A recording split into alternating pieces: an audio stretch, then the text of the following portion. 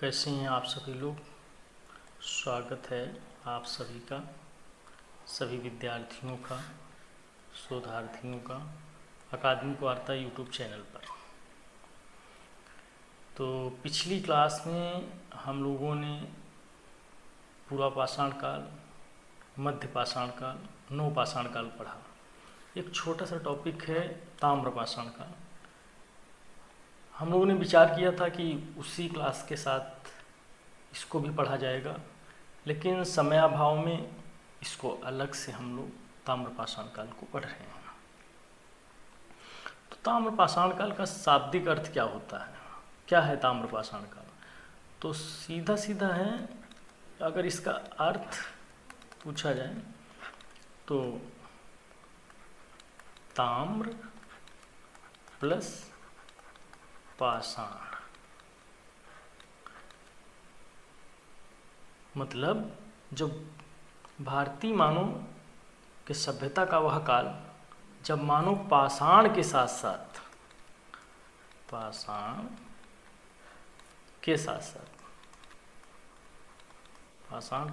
साथ धातु का भी प्रयोग करता था।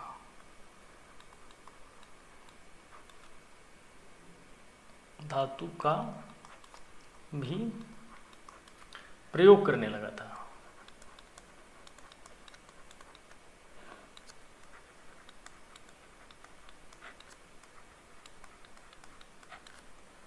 ऐसे काल को ताम्रपाषाण काल कहते हैं।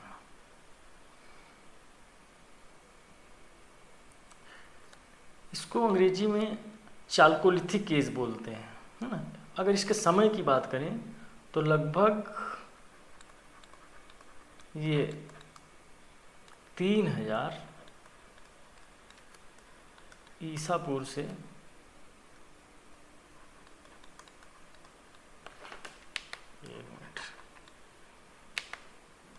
ईसा पूर्व से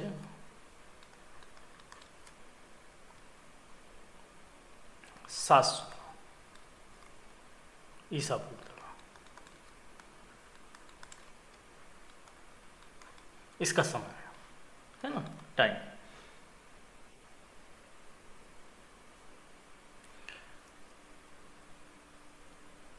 ताम्रपाषाण काल के प्रमाण जो है कांस्ययुगीन सभ्यता के साथ तथा उसके बाद भी मिले। कांस्ययुगीन सभ्यता मतलब हड़प्पा सभ्यता,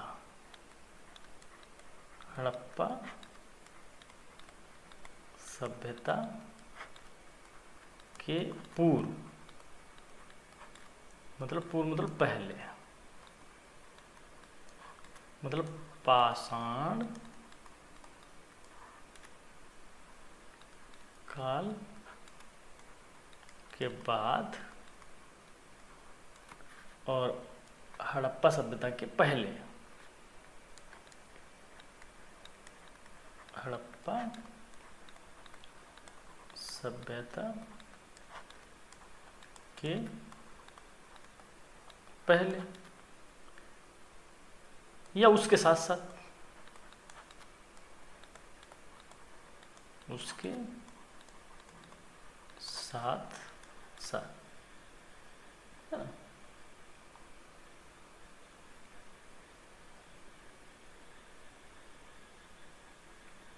अब ताम्रपाषाण काल के समय में क्या है, विशेषता यह है कि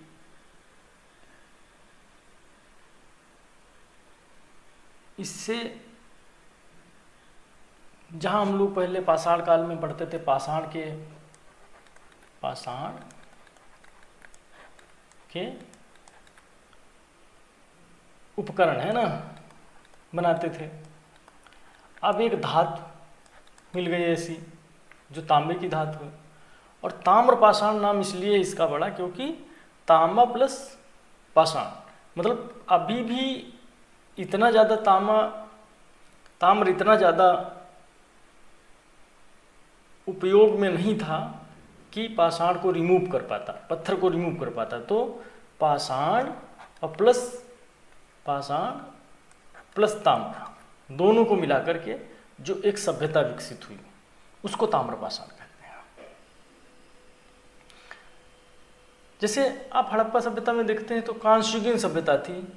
वहाँ जो कांस्य की एक कांस्य धातु टीन और तांबे को मिलाकर कांसा बनाया गया है ना, मान लीजिए इस तरीके से कांस्य सभ्यता है ना, इसको कांस्य सभ्यता कहते हैं। तो इसमें क्या है, इससे हल बने। हल जब बनेंगे तो जो गहरी जुताई होगी है ना, गहरी भूमि की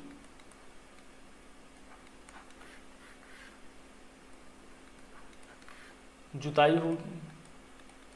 जब जुताई होगी तो सरप्लस होगा है ना, तो सरप्लस होगा। तो जब सरप्लस होगा तो मतलब अधिशेष होगा।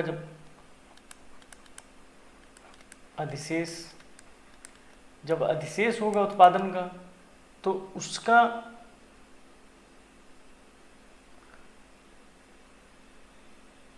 वस्तु विनिमय प्रणाली आ जाएगी, उससे विपणन व्यवस्था आ जाएगी।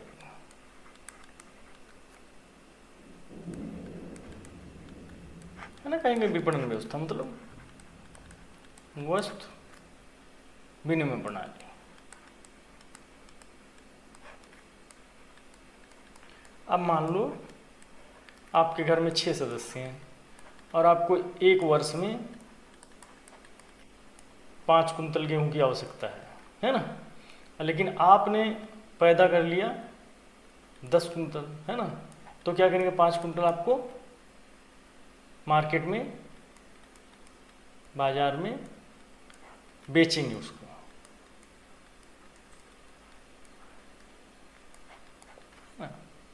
जब बाजार व्यवस्था आएगी तो बांट माप प्रणाली आएगी,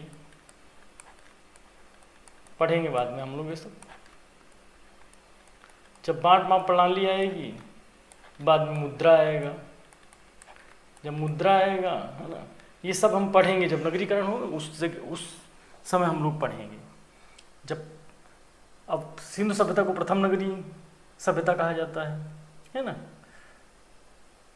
तो ये सब हम लोग पढ़ेंगे इसको पूरा। जैसे मान लीजिए सबसे पहले, जैसे मान लीजिए ये व्यक्ति, हम लोग जैसे पूरा पाषाण काल या हम लोग पढ़ रहे थे तो उसमें देख रहे थे व्यक्ति जंगल में रहता था। जंगल में रहता था, जब जंगल में रहता था उसके बाद वो ग्रुप में रहने लगा, झुंड में रहने लगा। ग्रुप में रहने के बाद वह फिर बाद में उसके बाद वह 4 पाए जानवरों से बचने के लिए ग्रुप में रहने लगा, या फिर कृषि किया। जब कृषि करने लगा तो अपनी कृषि को बचाने के लिए उसका एक स्थायित्व जीवन आया। स्थायित्व जीवन आया। अब मान लीजिए एक कबीला ये है, ठीक है, एक कबीला ये है,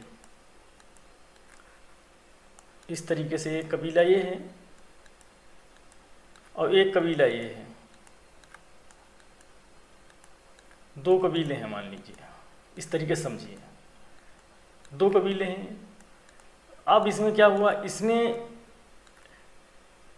गेहूं पैदा किया, ज़्यादा पैदा कर लिया, या इसके पास कोई जानवर है ना। अब ये बिना काम किए इसका जानवर चुरा लाए या गेहूं चुरा लिए, तो क्या होगा, इनके अंदर एक असुरक्षा की भावना आएगी। असुरक्षा की भावना आएगी। जब असुरक्षा की भावना आएगी तो ये फिर इसी में से, इसी कबीले में किसी एक हष्ट-पुष्ट व्यक्ति जो लगेगा इनको कि हमारी सुरक्षा कर सकता, उससे कहेंगे भाई हमारी सुरक्षा करिए आप। तो वो क्या करेगा, जब सुरक्षा करेगा तो वो भी 4 व्यक्तियों को रखेगा। 4 व्यक्तियों को रखेगा तो क्या करेगा, ये इनसे टैक्स लेगा, कर लेगा। तो यहाँ से कर प्रणाली आएगी, है ना। इस तरीके की ये जो व्यवस्था है, इस व्यवस्था को हम लोग पढ़ेंगे आने वाले समय में। तो इसी तरीके से फिर अब बाजार का रूप लेगा। जब ये अधिशेष हो जाएगा, जब अधिशेष होगा तो बांट माप प्रणाली आएगी। बांट माप प्रणाली आएगी, बांट माप प्रणाली के बाद फिर मुद्रा आएगा, है ना।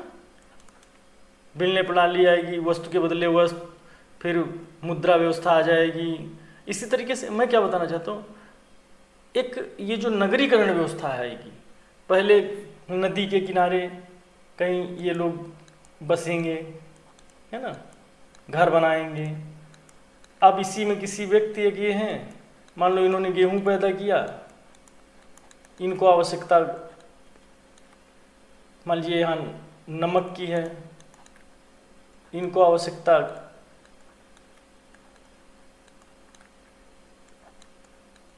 मान लीजिए किसी औजार की है ना। तो ये क्या है, यहाँ एक दूसरे को गांव गांव फेरी लगा के पहले बेचते थे। बाद में क्या होगा, ये लोग एक जगह स्थायित्व आएगा, जीवन में एक जगह रहेंगे, उसी से ग्रामीण की व्यवस्था आएगी, ग्रामीण से बाजार व्यवस्था होगी, बाजार व्यवस्था से वही शहरीकरण होगा। इस तरीके से ये सारी चीज़ें हम लोग देखेंगे आने वाले समय में, आगे की क्लासों में हम लोग पढ़ेंगे। इस तरीके से हम लोग अगर इसका विस्तार देखें, है ना, विस्तार, तो कहाँ कहाँ इसके साक्ष्य पाए गए। एक ये स्थान है गणेश्वर। गणेश्वर कहाँ है? गणेश्वर ये राजस्थान में है। एक किताब आप कोई ले लीजिए एंशिएंट इंडियन हिस्ट्री का, जिससे आपको ये सारी चीज़ें यहाँ पढ़ने के बाद आप उसमें पढ़ेंगे किताब में, तो कई चीज़ें एकदम साफ हो जाएंगी, कन्फर्म हो जाएंगी, है ना।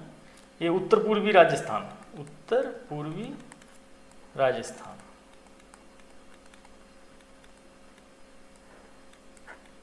राजस्थान। यहाँ से तांबे की वस्तुएं मिली हैं, या तांबे की एक खान मिली है यहाँ। आज भी राजस्थान से ही तांबा निकाला जाता है ना। उसके बाद अमरी, है ना, अमरी जो है ये सिंधपुर की ताम्रपाषाणिक बस्ती है ना,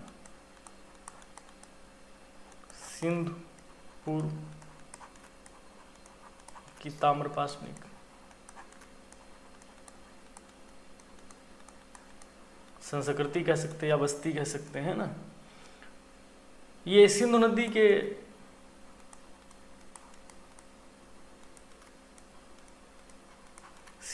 के पश्चिम, मोहनजोदड़ो भी इसे कहते हैं ना, पश्चिम में है।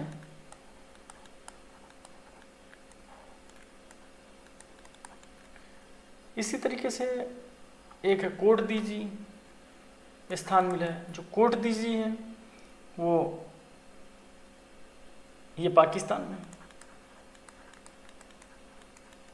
इस समय पाकिस्तान में पड़ता है कोटदीजी। कालीबंगा ये राजस्थान। कालीबंगा का कालीबंगा नाम क्यों पड़ा? क्योंकि यहाँ से काले रंग की चूड़ियाँ मिली थी, काले रंग की चूड़ियाँ मिली थी, इसीलिए इसका नाम कालीबंगा पड़ा। कालीबंगा से क्या मिला? यहाँ से जुते हुए खेत के प्रमाण मिले, जुते हुए खेत के प्रमाण मिले,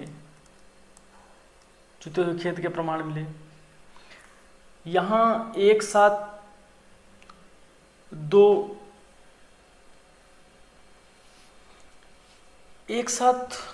मतलब दो फसल के संयुक्त खेती के प्रमाण मिले, है ना, इस तरीके कह सकते हैं, संयुक्त खेती के प्रमाण मिले, ये संयुक्त कृषि के प्रमाण मिले, कृषि के प्रमाण मिले। जैसे मान लीजिए इसमें चना और सरसों,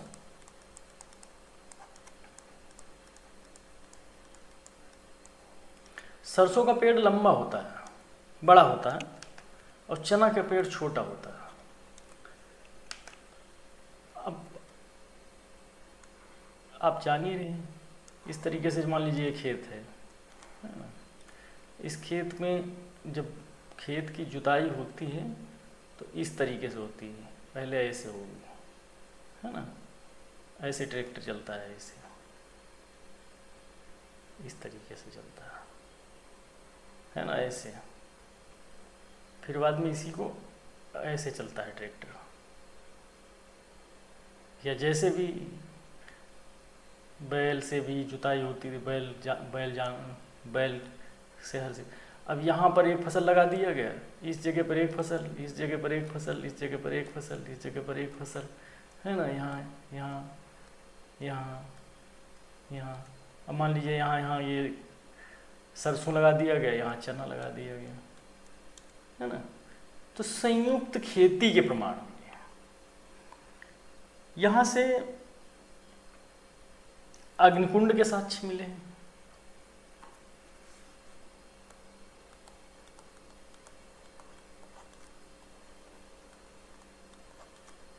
अग्निकुंड के साक्ष्य,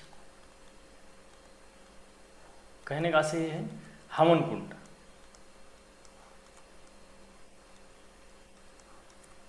के प्रमाण मिले हैं। उसके बाद है चिरान। हम लोग ताम्रपाषाणिक संस्कृति के विषय में बात करें, उसका विस्तार कहाँ कहाँ तक है। चिरान ये पड़ता है बिहार में। बिहार मतलब स्टेट वाला बिहार, समझ रहे हो। छपरा जिला है, छपरा है ना बिहार में, सुने होंगे आप लोग। यहाँ तांबे के उपकरण मिले हैं। यहाँ चिरान से बर्तन मिले हैं, टोटी वाले बर्तन,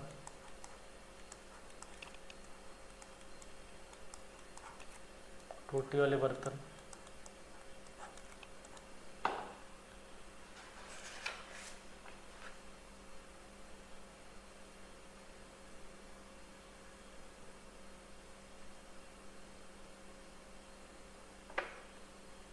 है ना,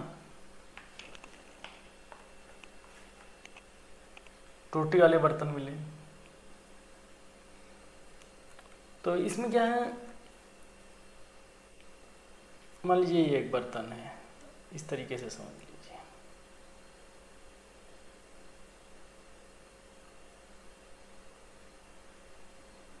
ये एक बर्तन है और इसमें यहाँ से टोटी लगी हुई है।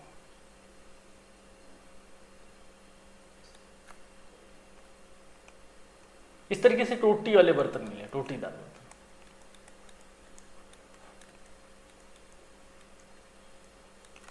है ना।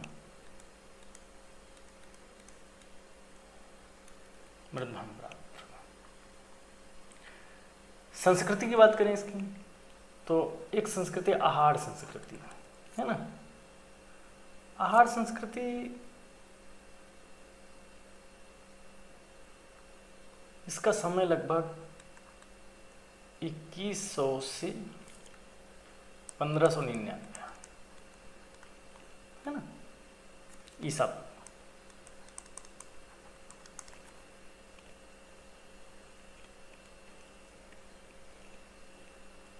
1599 ईसा पूर्व तक। और इसी में आहार संस्कृति में एक है गिलुंद,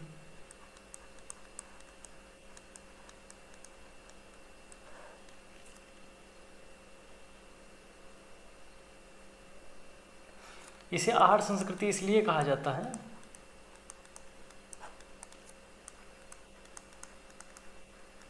आहार संस्कृति इसलिए कहा जाता है क्योंकि ये राजस्थान के बनास नदी घाटी के आसपास पाई गई है ना। इसे बनास संस्कृति भी बोला जाता है, बनास संस्कृति भी बोला जाता है।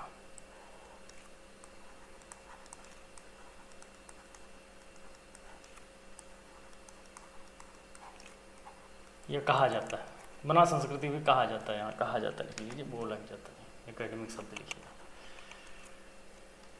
कहा जाता है ना।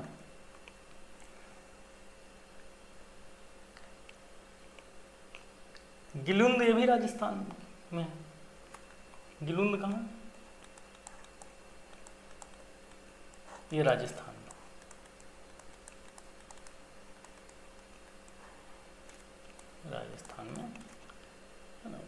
उसके बाद ये है कायथा संस्कृति।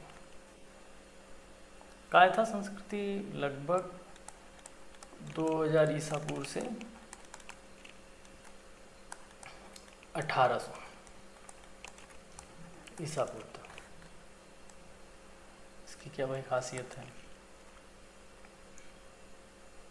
ये मध्य प्रदेश के मालवा क्षेत्र से में पाई गई है।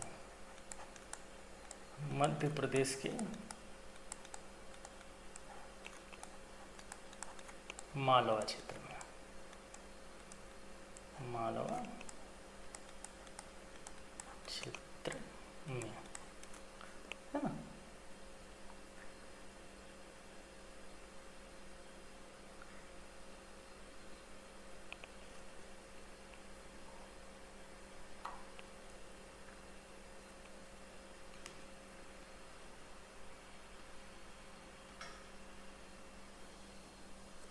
इसके बाद मालवा संस्कृति।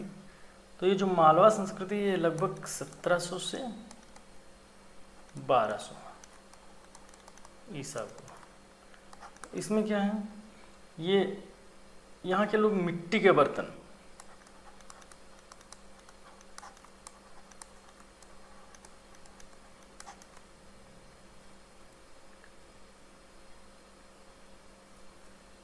पालिशदार मिट्टी के बर्तन बनाते थे। मान लीजिए ये बाउल है एक, है ना,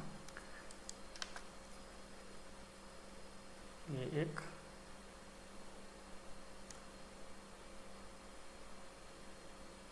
बाउल है, इस तरीके से मान लीजिए, है ना। तो इसमें क्या करते थे, ये इस पे ये लोग कढ़ाई कर देते थे।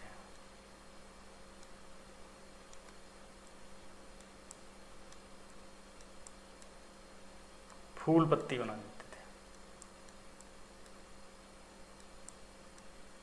इस तरीके से।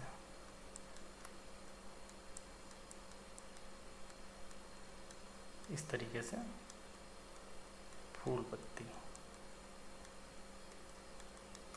फूल पत्ती युक्त।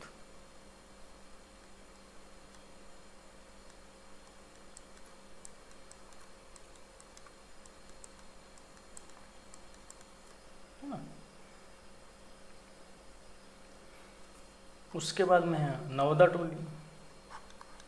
नवदा टोली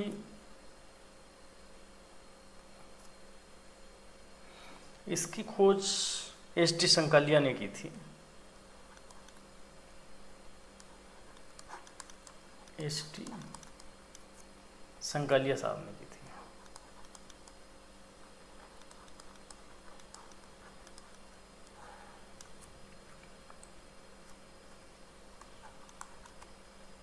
खोज की थी।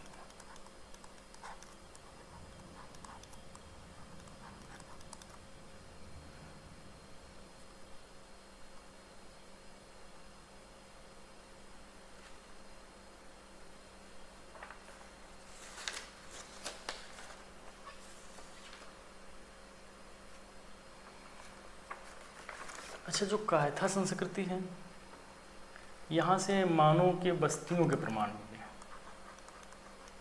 मानव बस्तियों के प्रमाण मिले। और जो जोरवे संस्कृति थी, ये लगभग 1400 ईसा पूर्व से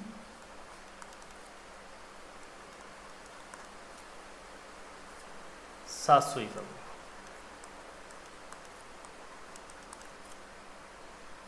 ये महाराष्ट्र में है ना, महाराष्ट्र या महाराष्ट्र, महाराष्ट्र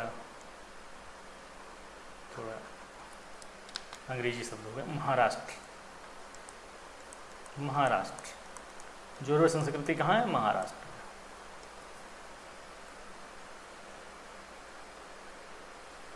इसके बाद सावलदा संस्कृति।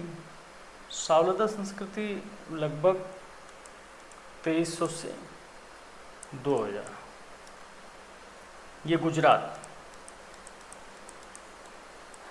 में पाई। उसके बाद प्रभास संस्कृति। प्रभास संस्कृति जो है ये लगभग 1800 से 1200 ईसा पूर्व इसका टाइमिंग है।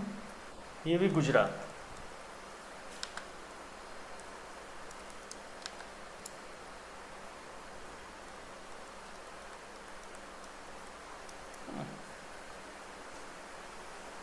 रंगपुर संस्कृति ये लगभग 1700 से 1400 ईसा पूर्व। यहाँ से चमकीले मृत भांड वगैरह पाए गए। इसके बाद इस संस्कृति का अगर हम सामाजिक जीवन देखें तो सामाजिक जीवन में इस समय व्यक्ति ज़्यादातर कृषि करते थे। कृषि आधारित जीवन था।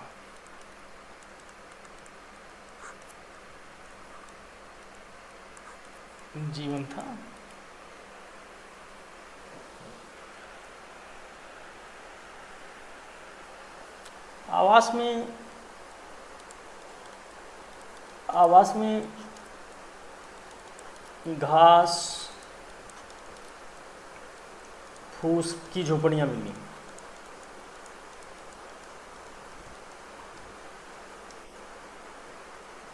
मतलब मिट्टी की भी बनी होती थी कुछ।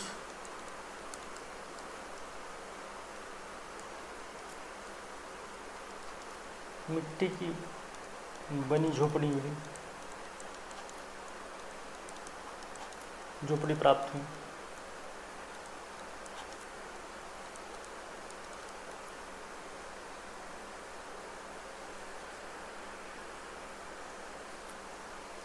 भोजन शाकाहारी मांसाहारी दोनों प्रकार का करते थे। भोजन इसमें शाकाहारी मांसाहारी दोनों प्रकार के होते थे।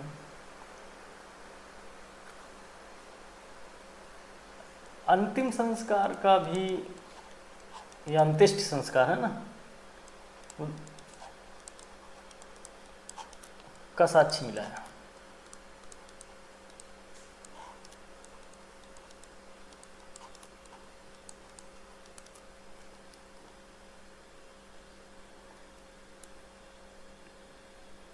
ये लोग संस्कार की 3 विधियां होती थी। पहला पूर्ण समाधान,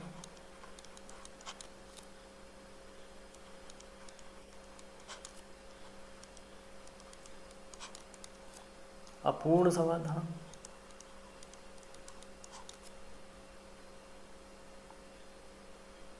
उसके बाद दाह संस्कार।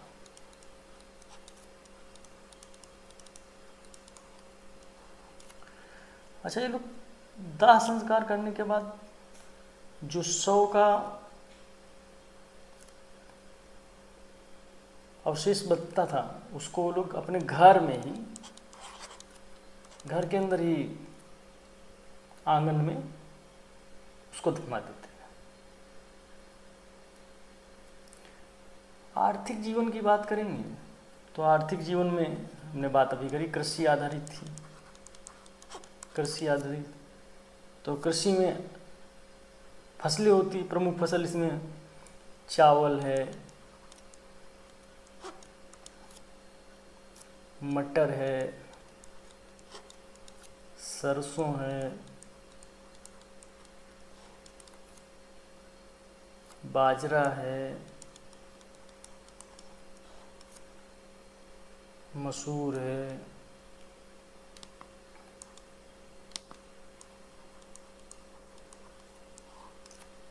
उड़द, मूंग, रागी,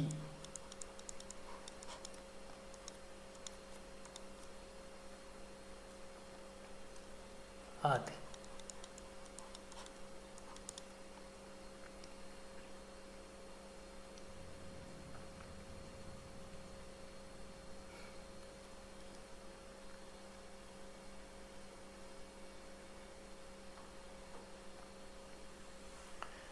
धार्मिक जीवन की बात करें तो इसमें हमें स्त्री व पशु के पूजा के प्रमाण मिलते हैं, है ना।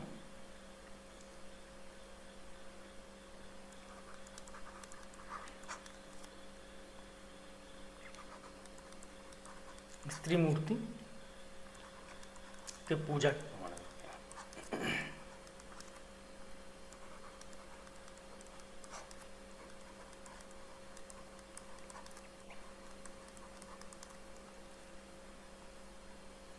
बाकी अंतिम संस्कार की बात बताई हमने।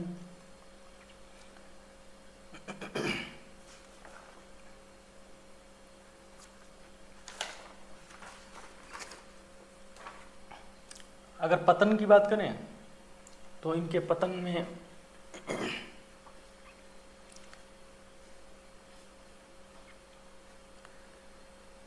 कहा जाता है कि वर्षा के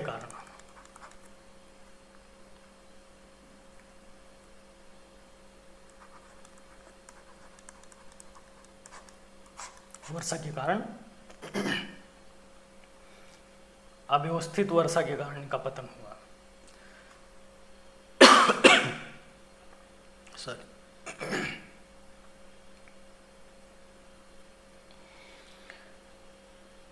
अच्छा, एक प्रश्न पूछा गया था यूजीसी में इस टॉपिक से संबंधित। वो प्रश्न इस तरीके से था कि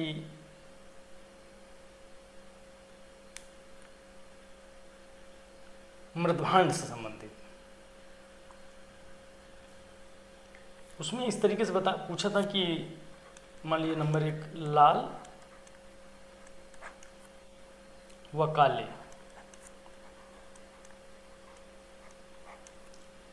मृदभांड,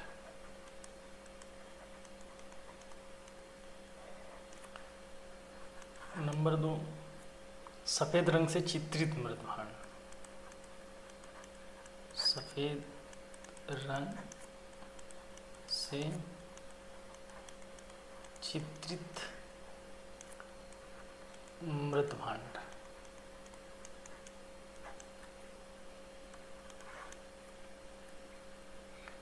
टोटीदार व गोलीदार मृदभांड,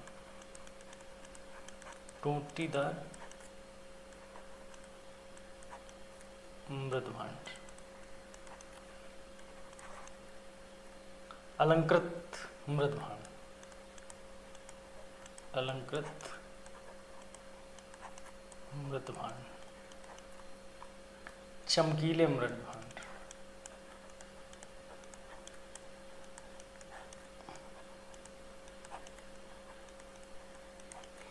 तो इनके जगहों के नाम पूछ लिया उसने और मिलान इधर का उधर दे दिया, जगह का नाम एक दूसरे का अलग अलग।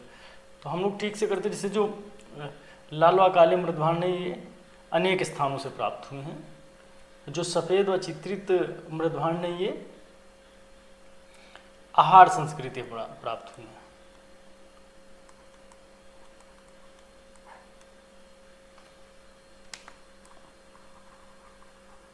आहार संस्कृति से प्राप्त हुई हैं, आहार संस्कृति से।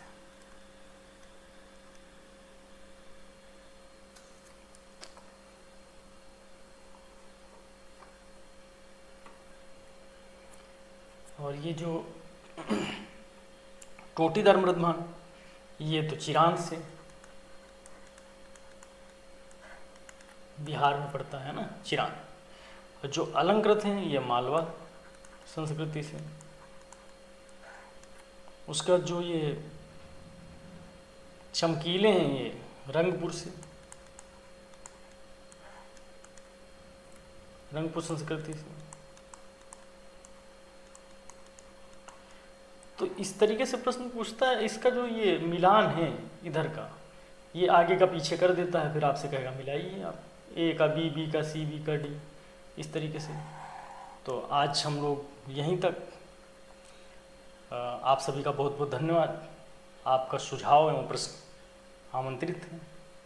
आप हमारे एकेडमिक वार्ता पर यूट्यूब चैनल पर कमेंट्स बॉक्स में लिखें। आप हमारे academicvarta@gmail.com पर भी लिख सकते हैं। आप अगर अपना मूल्यांकन करना चाहते हैं तो हमारा टेस्ट सीरीज ज्वाइन कर सकते हैं इस नंबर पर। और अगर क्लास आपको अच्छा लग रहा है तो आप सब्सक्राइब कर लीजिए। हालांकि चलिए, बहुत बहुत आप सभी को शुभकामनाएं। मिलेंगे हम लोग नेक्स्ट क्लास में,